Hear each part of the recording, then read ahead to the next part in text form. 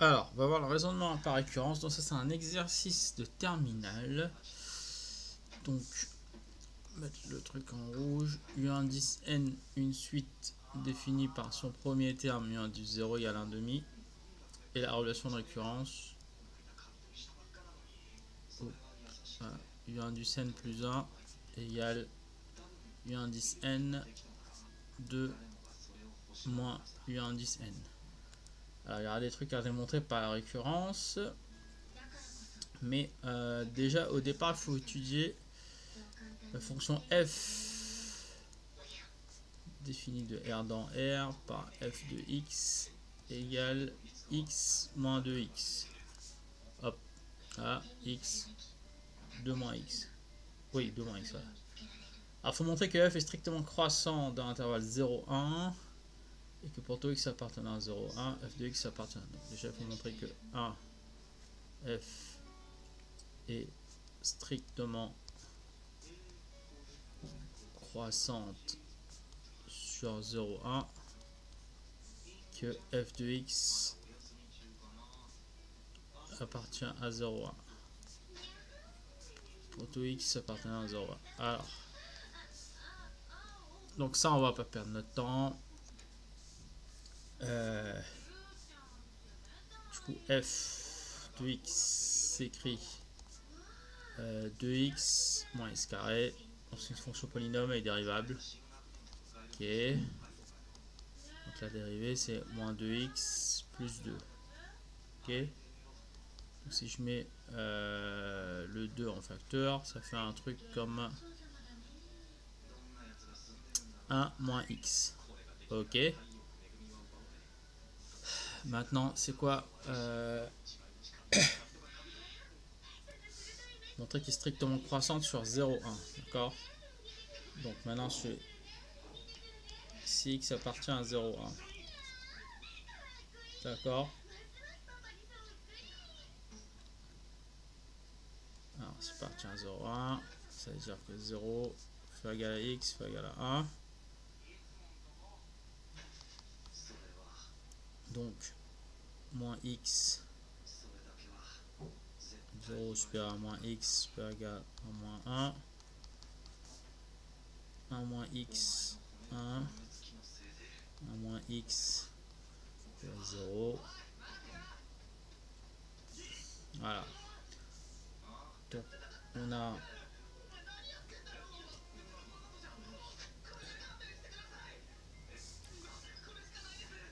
le signe de la dérivée. On a f' de x supérieur égal à 0. Si x appartient à 0,1. Hop, hop, hop. 2, 1 moins x, 0. Comme ça. Hop. Prime de x égal à 0. Ok. Donc f est croissante sur 0,1. Et on a que f' de 1 égale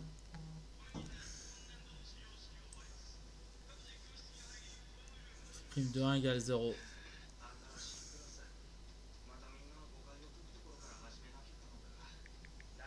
Ok. Hop. Oula, ça a déjà pris toute la page, d'accord.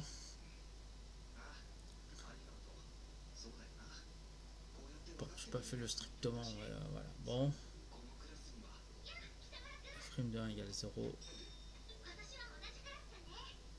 Ah, donc ça c'était le premier point. Deuxième point, il faut montrer que si x appartient à 0, f de x. Alors, là on va utiliser ce qu'on vient de démontrer là. Donc si x appartient à 0,1.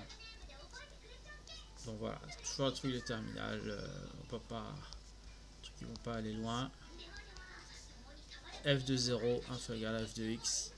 Inférieur égal à f de 1. Alors pourquoi ça? Parce qu'on vient de démontrer que f est strictement croissante sur 0,1. Donc voilà. Et f de 0 c'est 0. F de x c'est f de x. et f de 1 c'est 1, 2 moins 1, 1. Voilà. Donc, conclusion, f de x appartient à 0, 1. Voilà, sur ces... voilà, on a vu les deux trucs là.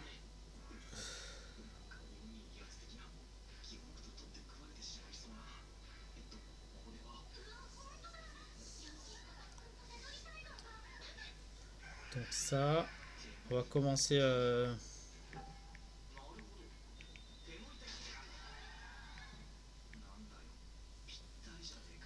donc ça... Donc maintenant, il faut montrer par récurrence, voilà, on rentre dans la récurrence là, que U indice n est majoré par 1. Ok. Donc voilà, donc la récurrence, on avait vu qu'il faut faire une propriété dépendant d'un entier n. On va la réécrire comme ça, on définit ça. U indice n appartient à 0, 1. Alors c'est une façon d'écrire que c'est majoré par 1. Parce que si U indice n appartient à 0, 1, ça veut dire que U indice n est égal à 1. Ok, majoré par 1. Donc l'étape d'initialisation, il y a initialisation et transmissibilité. Donc initialisation, donc c'est pour tout n, donc c'est à dire que ça commence à 0. Est-ce que U indice 0 est inférieur à 1? On avait vu que U indice 0 c'est égal à 1 demi et 1 demi c'est bien inférieur à 1. Donc P indice 0 est vrai. Ok, transmissibilité.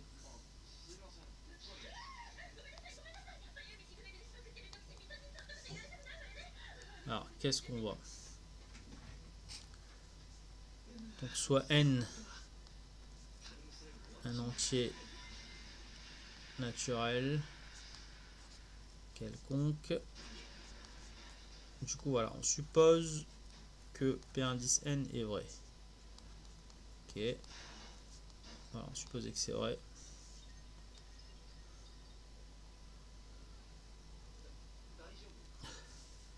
Voilà. Donc on suppose que c'est vrai pour un indice n quelconque.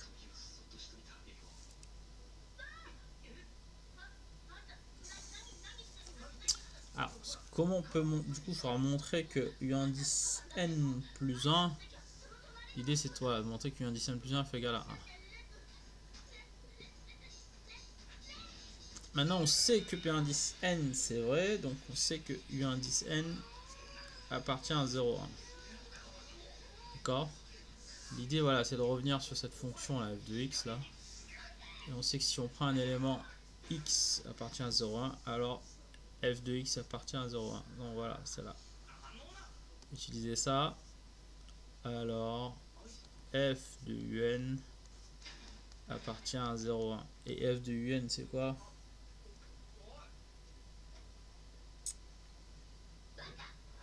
F de un, c'est U indice n plus 1. Soit U indice n plus 1 appartient à 0, 1.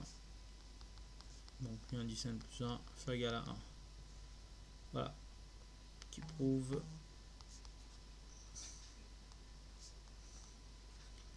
que P indice n plus 1 est vrai. Donc voilà, là on conclut. Voilà, conclusion pour cette partie-là. Par le principe de récurrence.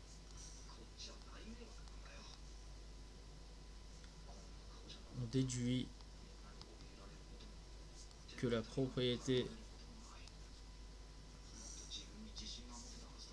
P indice n, U indice n appartient à 0, 1 est vrai pour tout entier naturel n.